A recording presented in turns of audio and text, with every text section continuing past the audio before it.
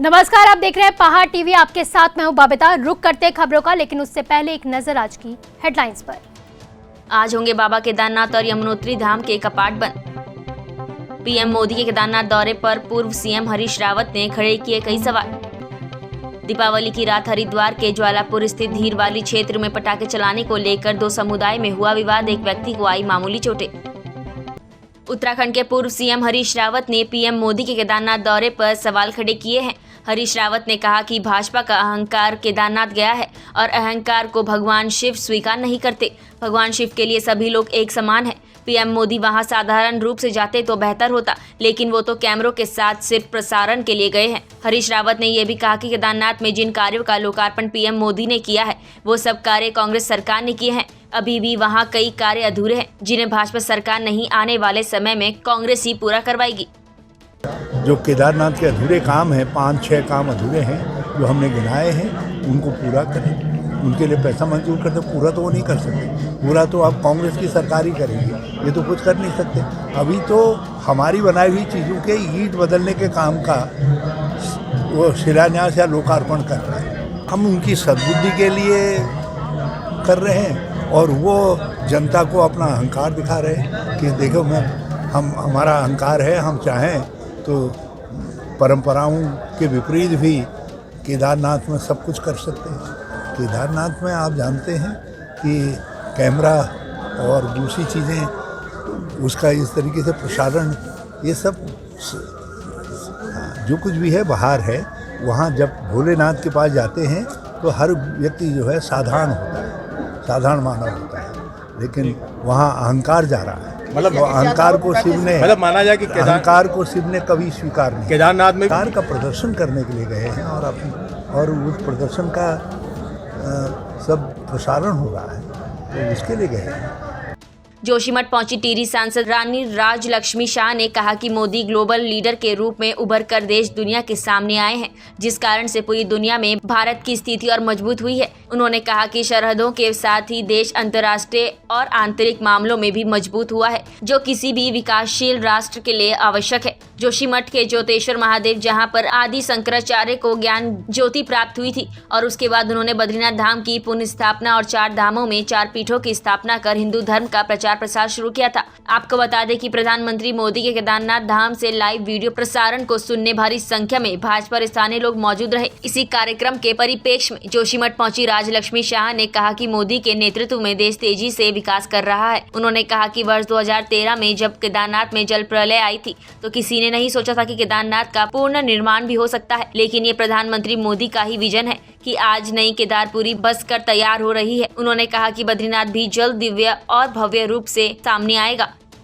काफ़ी अच्छा, स्पेशली हम उत्तराखंड के लोगों के लिए हमारा सौभाग्य है कि हमारा बजट केदारनाथ में जो आता है, तो उसके बाद तो केदारनाथ का अभी नया जो सभी नए बने जगह का, जो आगे भी मोदी जी कर रहे हैं, और शंकराचार्य जी के लिए जो मूर्ति बने हुए हैं, और सभी मुझे पूरा विश्वास है पूरे देश और विदेश से आए हुए लोग देखेंगे हमारा केदारनाथ बाबा का मंदिर, और जो फैसिलिटीज़ उन्हें मिलने जा रहे हैं बहुत ही बढ़िया है। और मुझे लगता है, मेरी तरफ से मुझे लगता है कि आदरणीय मोदी जी जब सीएम थे तब यहाँ आए थे, और उस समय में जब वो आए थे सभी हम लोग का ये विचार था, और शायद बाबा ने यही सोचा था कि यही है एक आदमी जो यहाँ हमारा उद्धार करेंगे। तो हम लोग को सब साथ में चल बात किए थे इसके बारे में भी। और आज जो मुझे पर्सनली लगता है जो बहुत ही बड़ा काम हुआ है, सबसे बड़ा काम उत्तराखंड के लिए हुआ है। भगवान के आशीर्वाद से ही हर चीज़ होता है, हर चीज़ आगे बढ़ता है, और हमारे देश में जो हुआ है जो भी आगे बढ़े हैं।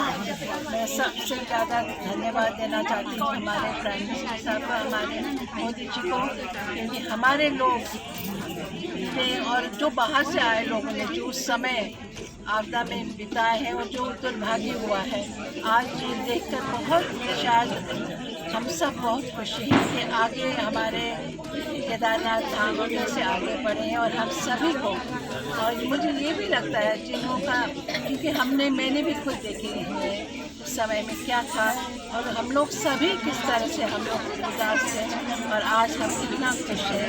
मैं आदरणीय मोदी जी को, उत्तराखंड के लोग और सभी लोगों की तरफ से बहुत वो जो हम प्राइम मिनिस्टर है, हम क्या ज़्यादा बोल सकते, ज़रूर हमारे अंदर से आत्मा से धन्यवाद देना चाहते हैं। जय देवभूमि के धामों के कपाट बंद होने की प्रक्रिया शुरू हो गई है। शुक्रवार को सुबह 11:45 पर गंगोत्री धाम के कपाट बंद हो गए। मां गंगा के जयकारों के बीच मां गंगा की डोली मुखवा के लिए रवाना हुई। अब श्रद्धालु मां के दर्शन उनके शीतकालीन प्रवास मुखीमठ में कर सकेंगे। भैया दूज पर पौराणिक परंपरा अनुसार शनिवार 6 नवम्बर को दोपहर 12:15 पर वैदिक मंत्रोच्चार के साथ यमुनोत्री धाम के कपाट शीतकाल के लिए बंद कर दिए जाएंगे। इसके साथ ही बाबा शिव के धाम केदारनाथ के कपाट भी आज 6 नवम्बर को बंद होंगे। यही वजह है कि शुक्रवार को प्रधानमंत्री नरेंद्र मोदी ने केदारनाथ के दर्शन किए और आदि शंकराचार्य की प्रतिमा का अनावरण भी किया।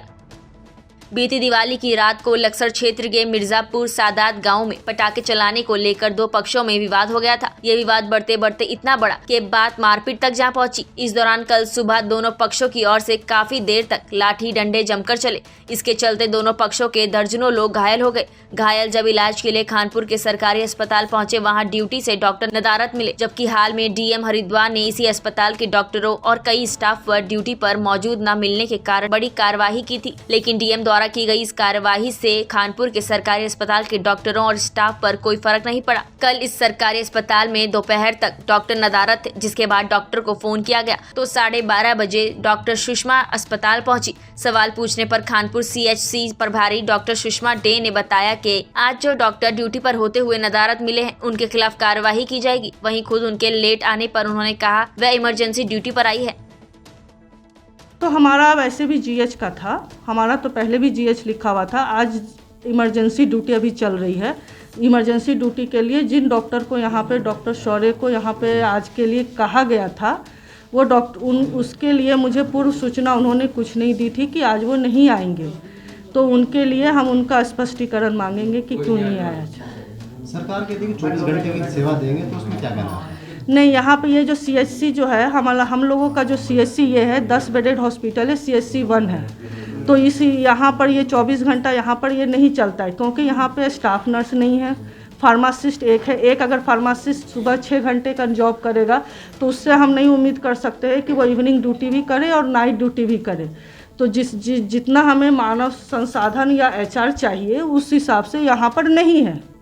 तो ये अस्पताल शुरू से ही यहाँ पर ये जो सीएचसी है ये शुरू से ही 2 बजे तक चलता था। लेकिन अब मेरे यहाँ आने के बाद यहाँ पे चूँकि 3 डॉक्टर हो गए हैं, तो अब ये शाम को 5 बजे तक चलता है। आप खुद 12:30 बजे आए? नहीं, तो आज मैं बताई तो आज मेरा आना नहीं है। मेरा भी यहाँ पे चूँकि मैं अधीक्षक हूँ, तो इसका मतलब नहीं है कि अधीक्षक कोई जीएच नहीं ले सकता। यहाँ पर आज के दिन इमरजेंसी ड्यूटी है। इमरजेंसी ड्यूटी में एक डॉक्टर को और स्टाफ को सारे को लगा के रखा हुआ है, सारा इनका ड्यूटी बना हुआ है। मैं यहाँ पे आज तो वो नहीं आ सके, इस कारण मुझे यहाँ पर इन लोगों के लिए एमएलसी करने के लिए आना पड़ा। विश्व प्रसिद्ध गंगोत्री धाम के कपाट शुक्रवार दोपहर 11:45 पर विधि विधान से बंद किए गए। इस अवसर पर प्रदेश कांग्रेस उपाध्यक्ष पूर्व विधायक विजयपाल सजवान गंगोत्री धाम में मौजूद रहे। यहां उन्होंने मां गंगा के दर्शन कर समस्त प्रदेशवासियों की खुशहाली की कामना की। गंगोत्री धाम में मां गंगा के कपाट शीतकाल के लिए बंद होने के उपरांत मां गंगा की उत्सव डोली गंगा मैया के जयकारों के साथ शीतकालीन प्रवास मुखवा गाँव के लिए रवाना हुई। कपाट बंद होने के उपरांत अब देश विदेश के श्रद्धालु मां गंगा के दर्शन उनके शीतकालीन प्रवास मुखीमठ में कर सकेंगे। इस मौके पर पूर्व विधायक विजयपाल सजवान ने मां गंगा के दर्शन कर पुण्य लाभ अर्जित किया। साथ ही धाम में उपस्थित श्रद्धालुओं से मुलाकात और साधु संतों का आशीर्वाद ग्रहण किया। छोटी दीपावली के पर्व पर अमित गुर्जर नाम के श्रद्धालु अपने साथियों के साथ मनसा देवी मंदिर हरिद्वार गए। अमित गुर्जर का कहना है कि मंदिर परिसर के हर एक कोने में बैठे पुजारी हर किसी से जबरदस्ती दान दक्षिणा चढ़ाने के लिए जोर दे रहे थे। पैसे न चढ़ाने पर श्रद्धालुओं पर नाराजगी जाहिर कर रहे थे। मंदिर के गर्भगृह के मुख्य पुजारी तक भी यही हाल था, जिसकी शिकायत उन्होंने ट्रस्ट के कार्यालय में जाकर दर्ज की। उन्होंने सुधार कराने का भरोसा दिलाया। साथ ही अमित का कहना है कि मैं मंदिरों में दान दक्षिणा चढ़ाने का विरोधी कतई नहीं हूँ। दान हमेशा अपनी श्रद्धा अनुसार होना चाहिए। दीपावली की रात हरिद्वार के ज्वालापुर स्थित धीरवाली क्षेत्र में पटाखे चलाने को लेकर दो समुदाय में विवाद हो गया, जिसमें एक व्यक्ति को मामूली चोटें आई है। विवाद इतना बढ़ गया था कि दोनों पक्षों में जमकर पथराव हुआ। सूचना पर मौके पर पहुंची ज्वालापुर पुलिस ने दोनों समुदाय के लोगों को शांत कराया। जनपद चमोली ग्राम प्यूरा पोस्ट ऑफिस सिलपाटा निवासी हरेंद्र विगत 1 नवंबर से लापता है। परिजनों का कहना है कि हरेंद्र गुजरात से ISBT देहरादून पहुंचा था, लेकिन तब से वह लापता है। फोन भी बंद है और न ही किसी रिश्तेदार दोस्तों के घर कमरे पर पहुंचा। परिजनों का कहना है कि यदि किसी को दिखे तो दिए गए नंबर पर संपर्क करें।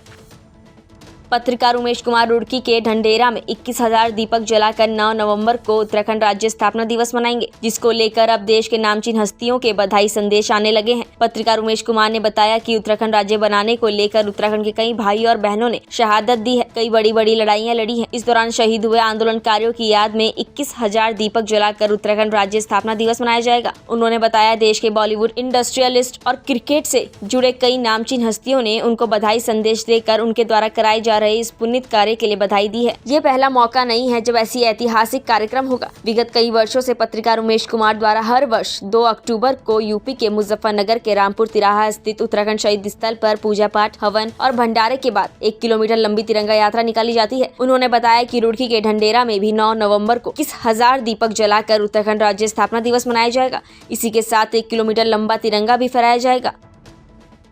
नमस्ते, मैं हूं राघव जियाल और मैं आप सभी उत्तराखंड वासियों को उत्तराखंड स्थापना दिवस की हार्दिक बधाई देना चाहता हूं। और उमेश कुमार जी के द्वारा ये जो आयोजित किया गया है प्रोग्राम, और जिसमें हम लोग श्रद्धांजलि दे रहे हैं हमारे जितने भी शहीद हुए हैं क्रांतिकारी इस प्रदेश को बनाने के लिए, उनके लिए वो 21,000 दिए जला रहे हैं और जलाए जा रहे हैं।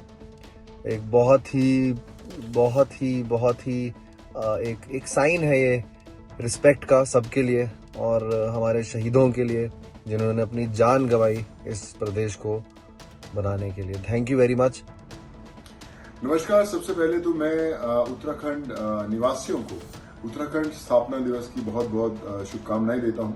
और बड़ा अच्छा लगता है जब मुझे पता चला कि उमेश भाई 21,000 दीपक जलाकर उत्तराखंड दिवस जो है, स्थापना दिवस है, उसे मना रहे हैं। तो जितने युवा हैं मैं उनसे गुजारिश करूंगा कि आप भी अपनी तरफ से कुछ अच्छा काम कर इसमें उन जितने लोग हैं उनको प्रेरित करें। और उत्तराखंड स्थापना दिवस पर आप सभी को शुभकामनाएं। जय हिंद। हाय, मैं हूं मीज़ान। 9 नवंबर उत्तराखंड राज्य स्थापना दिवस पर सभी लोगों को हार्दिक शुभकामनाएं। उमेश भाई द्वारा 21,000 बाहर दीपक जलाकर शहीदों को श्रद्धांजलि दी जा रही है। आप भी एक दीपक जलाएं। जय हिंद, जय उत्तराखंड। धन्यवाद। हाय, मैं मोहम्मद शामी। उत्तराखंड स्थापना दिवस पर मैं आप सभी को बहुत बहुत बधाई देता हूँ और आभार प्रकट करता हूँ उमेश भाई का, जो उन शहीदों के लिए 21,000 दिए जलाकर स्थापना दिवस पर उनको श्रद्धांजलि दे रहे हैं। आइए हम भी एक दिया जलाते हैं। नमस्कार, मैं हूं करणवीर मेहरा। 9 नवंबर उत्तराखंड राज्य स्थापना दिवस पर सभी को हार्दिक शुभकामनाएं। उमेश भाई द्वारा 21,000 दिए जलाकर शहीदों को श्रद्धांजलि दिया जा रहा है। आप भी एक दिया जलाएं। शुक्रिया।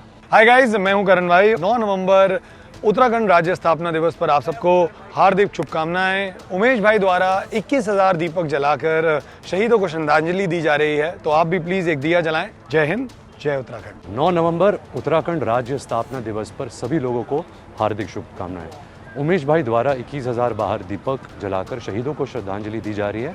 आप भी एक दिया जलाएं। जय हिंद, जय उत्तराखंड। आए अमरमान रल्हन। 9 नवंबर उत्तराखंड राज्य स्थापना दिवस पर सभी लोगों को हार्दिक शुभकामनाएं। उमेश भाई द्वारा 21,000 बाहर दिया जलाकर शहीदों को श्रद्धांजलि दी जा रही है। आप भी एक दिया जलाएं। जय हिंद, जय उत्तराखंड। पहाड़ टीवी में फिलहाल के लिए बस इतना ही। उत्तराखंड की बड़ी और तमाम खबरों के लिए आप देखते रहिए पहाड़ टीवी। नमस्कार। है बेखौफ उम्मीद का रंग।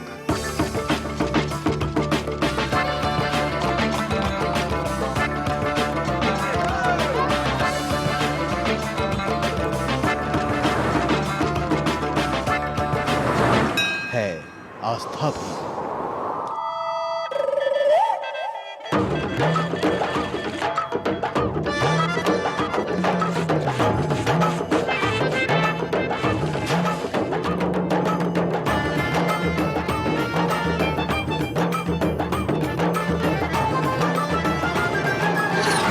ये है मेरा उत्तराखंड।